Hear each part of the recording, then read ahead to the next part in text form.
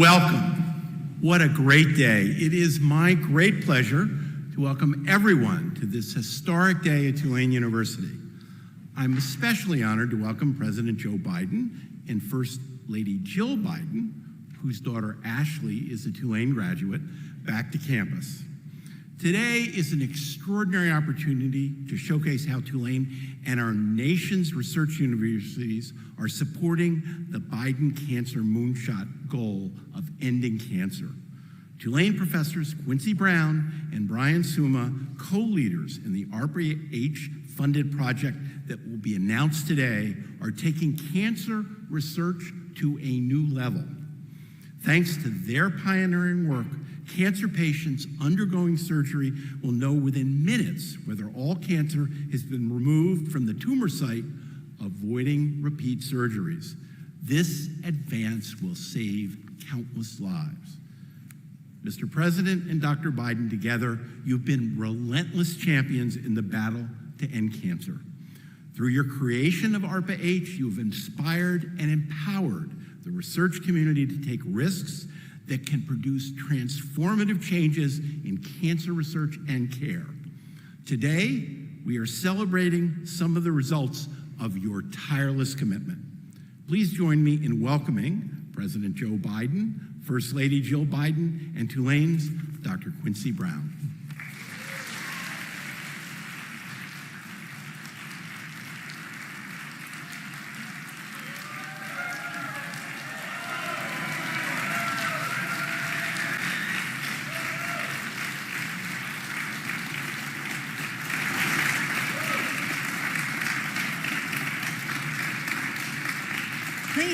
Please sit.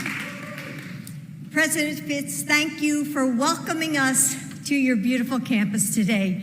And I heard it was freshman orientation on top of all this. So Joe and I are so familiar with that first day here in New Orleans, where the heat sort of just hits you in the face.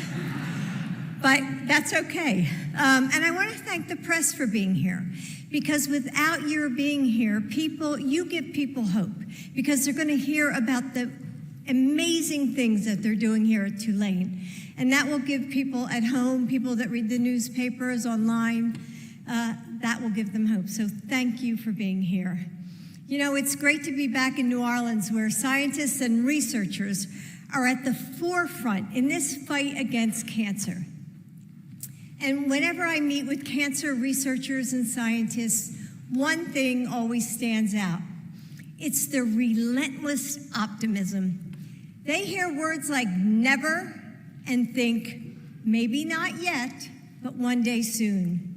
As president, Joe has invested in that resolve, because that's what turns into the miracle that patients and their families are praying for. Of all the things that cancer steals from us, strength, mobility, comfort, time is the cruelest. For every night spent in the hospital, there's a lost chance to learn maybe the key ingredient in a secret family recipe. For every repeat operation to cut out more cancerous tissue, there's a missed moment to show our kids how to bait a fishing hook on a hot summer day by the lake. Patients and their families don't have time to spare. Joe created ARPA-H, the Advanced Research Projects Agency for Health, to invest in the most innovative research that the government wasn't funding before. And it was too risky for the private sector, but could be life-changing and life-saving. And ARPA-H doesn't just fund those projects, it puts them on this fast track to reach patients, answering hopeful prayers and delivering more of that precious gift of time. Cancer touches us all. When Joe and I lost our son to brain cancer, we decided to turn our pain into purpose. We wanted to help families like ours so that they won't have to experience this terrible loss. And as president, Joe has brought his own relentless optimism to the Biden Cancer Moonshot, to end cancer as we know it. It's ambitious, but it's also within our reach. Maybe not yet, but one day soon, very soon, because of the people in this room, including Dr. Quincy Brown. Dr. Quincy Brown has taken the question, what if surgeries were performed flawlessly the first time? And he's answering it with cutting-edge solutions that reclaim time and reignite hope for patients and their families. So I give you Dr. Brown.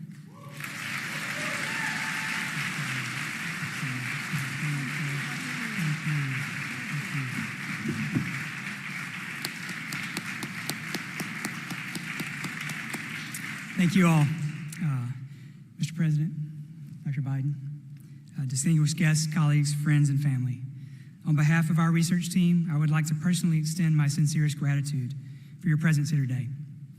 It is one of the greatest honors of my life to be asked to stand before you. Today, we are embarking on a new project as part of the ARPA-H Precision Surgical Interventions Program, along with several amazing teams from around the country. Together, we will be tirelessly working to transform cancer surgery as we know it for every American. Many of us know, either personally or through a friend or family member, the fear and anxiety that precedes a cancer surgery, wondering, will the surgeon be able to remove all the tumor? It's a hard job, one which is made harder by the fact that there are no good technologies that can help them to determine during the surgery whether it's been successful, but rather days later, when it is too late to change the surgery. This often means that patients have to come back for another surgery or harmful procedure, and extends the chance and the worry that their cancer will come back. Cancer is hard enough. We should at least be able to give surgeons and patients the peace of mind and positive health benefits of a successful surgery every time. That is the goal our team is working toward, and the one that has motivated much of my career efforts for the past 18 years. Mr. President, 8 years ago, just across town, at the Convention Center, I was in the audience at the annual American Association for Cancer Research meeting when you gave an inspiring speech soon after the announcement of your cancer moonshot. So I'm a lifelong space geek, and so I love the idea of a moonshot for cancer. In that speech, you talked to medical doctors, scientists, and engineers involved in the fight against cancer. You talked about the need to realign the incentives for how we approach this fight, about how we should be working together, not against one another. That's why your creation of ARPA-H is so significant.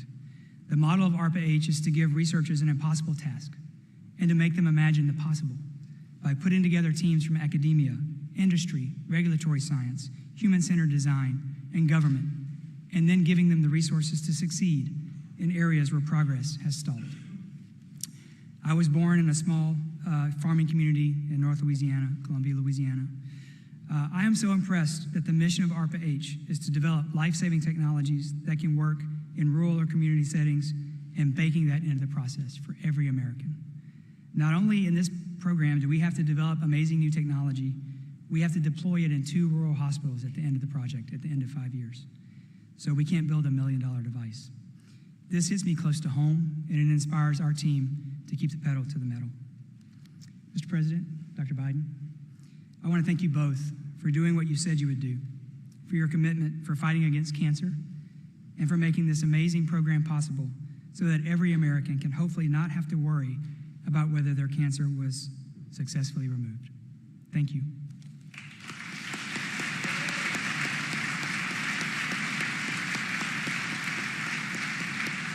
Now, it is my great honor to introduce to you the President of the United States of America, Mr. Joseph R. Biden.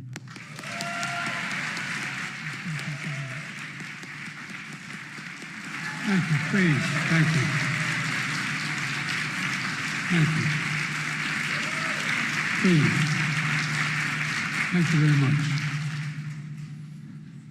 Thank you, Dr. Brown, for the generous introduction and your incredible cancer research you're doing.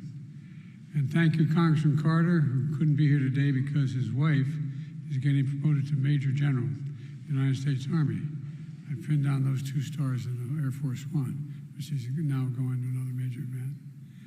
You know, the fact is that they're an incredible family, as all of you are. It's great to meet so many of my old friends. Cedric Richmond, who has been my buddy for a long time. When Cedric tells you something he doesn't, he knows how to do it, and he's a loyal friend, and I appreciate Cedric. Only thing I like better than Cedric, he has a son named Cedric. You should see this kid. He's going to be president. Mitch Lander, another key member of my team, and former Senator Mary Lander. Mary, God love you. Great to see you.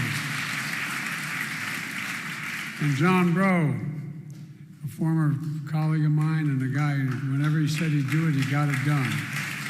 There's John. Along with former Governor John Bell Edwards. Members of my White House team, Director Office of Management and Budget, Shalonda Young is a Louisiana girl, and she runs the show, my way. She controls all the money. She secured funding for everything we're doing. And I have a Director of Science and Technology, Arthi. Where are you, Arthi? There you are. She's smart as hell. As well as Renee, who leads the ARPA-H and transformative work we're doing here and going to talk about today.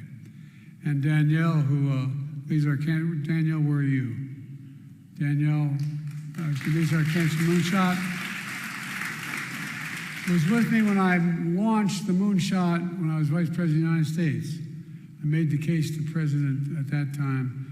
I was Vice President, President Obama, and I convinced him to give me the authority to set up this Cancer Moonshot, which he did completely, and I had to run of the administration to do whatever I needed to do. But I wanted to also thank President Fitz for welcoming us back. I knew when he was up at Penn, as on the other side of the ledger, law. He was the dean of the law school. It's an honor to be back at Tulane without having to pay tuition, by the way. You all think I'm kidding. Every time a kid or a grandchild, or child or grandchild graduates, it's a pay raise, man. Our daughter Ashley graduated from Tulane here in 2003 and had a great experience, and now she's working with in Philadelphia as a social worker, working with abused women. Folks, it's fair to say one of the most devastating words anyone can hear, and it's not hyperbole, is cancer. You walk into a doc's office with your child and or yourself, and you get a diagnosis of cancer. How many of you heard that when you walked in? It's frightening. It's frightening. But I'm convinced, and I've been convinced, my neurosurgeon, when I had a couple cranial aneurysms they had to take care of 9-hour operations, he said to me, trying to explain to me whether aneurysms are congenital or environmental. And I said, I don't care, just get it done. And he looked at me and said, you know what your problem is? I was a senator. And he said, you're a congenital optimist. And I am. I'm a congenital optimist about what America can do. In 2016, President Obama gave me the authority to start this Cancer Moonshot. To that end, I traveled the country and the world, going to every major cancer research center in the world, from Australia to Ireland, visiting the world's top cancer institutes. In fact, Jill and I came to New Orleans for a cancer roundtable with your nurses, social workers, and caregivers and researchers.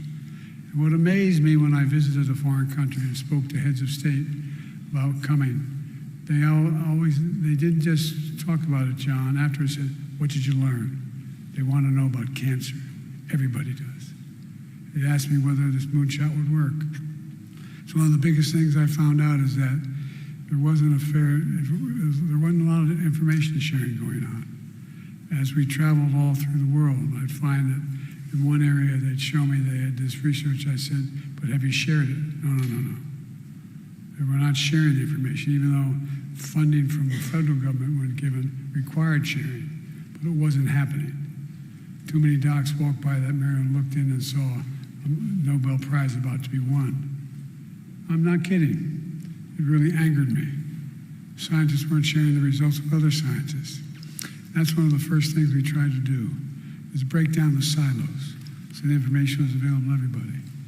When we were out of office, I knew there was a lot to do, but we stay engaged.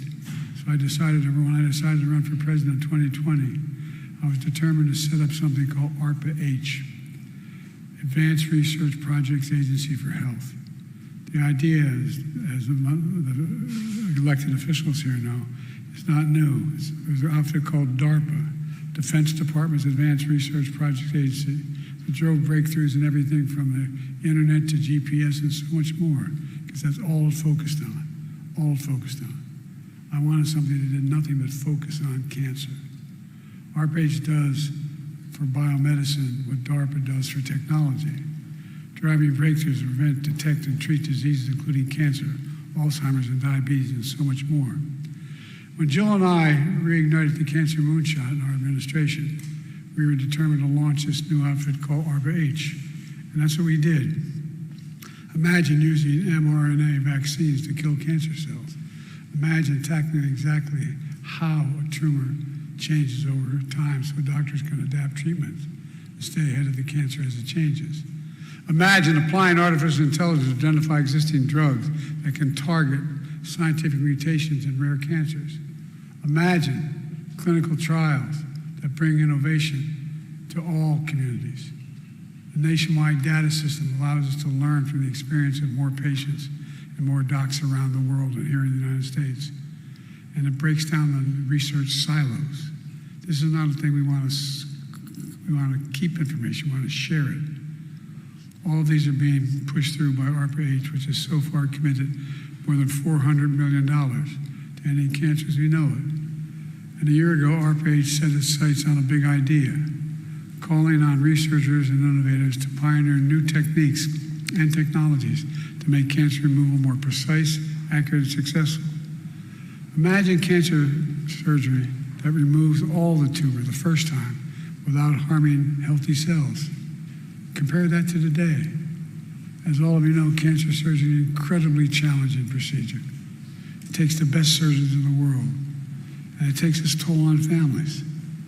As Jill said, it steals time. It steals away hope. Our family knows the feeling as many of you do. The surgery happens, then you have to wait a week or more to see if the tumor was removed fully. That anxiety waiting and the unknown is just excruciating. But today, we're a step closer to relieving that burden on patients and families. Today, we're announcing $150 million ARPA-H funding for some of the nation's cutting-edge cancer research institutions. That includes right here at Tulane University.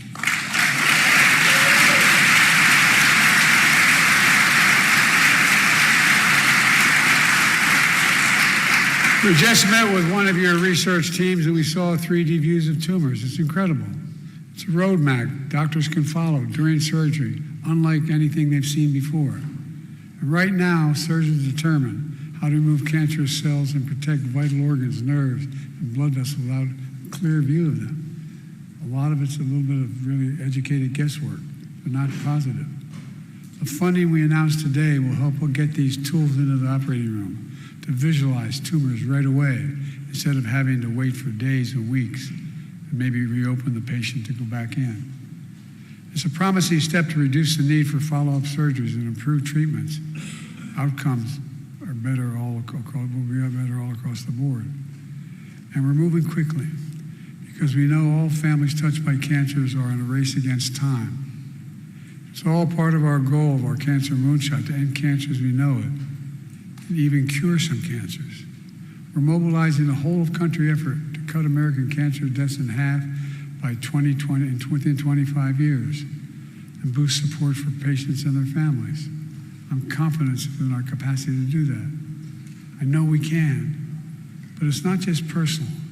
It's about what's possible. This is on top of the administration investing more than $25 billion. I've been able to get money, $25 billion for the National Cancer Institute.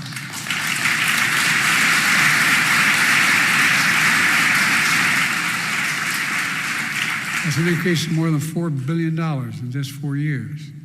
That investment is supporting everything from next generation cancer science innovations to cutting edge research in cancer disparities and new efforts on childhood cancers. We're also focused on helping fence-line communities facing disproportionate cancer rates. In some areas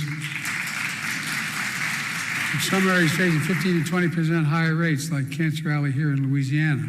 or equally as dangerous, Route 9 in the state of Delaware. We had the highest cancer rate in any state in the nation until 2010. There's so much we're doing. It matters. It matters a lot. What matters most is not giving up hope.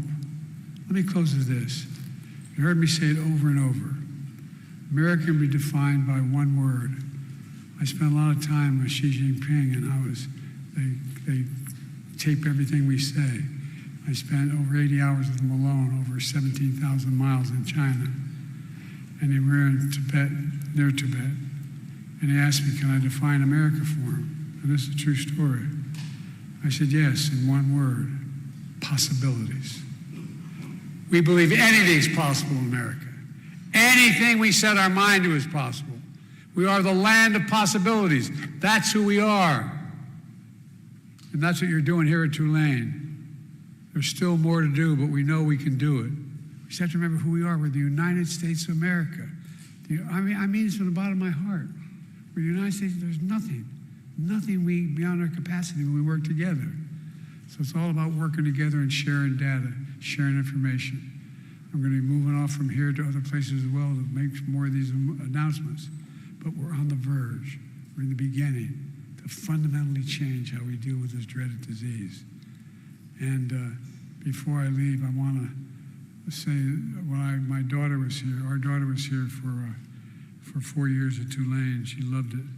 And I want to tell you, there was another mayor named Landrieu, not the son at the time. And Mom is with him. Mom, I love you.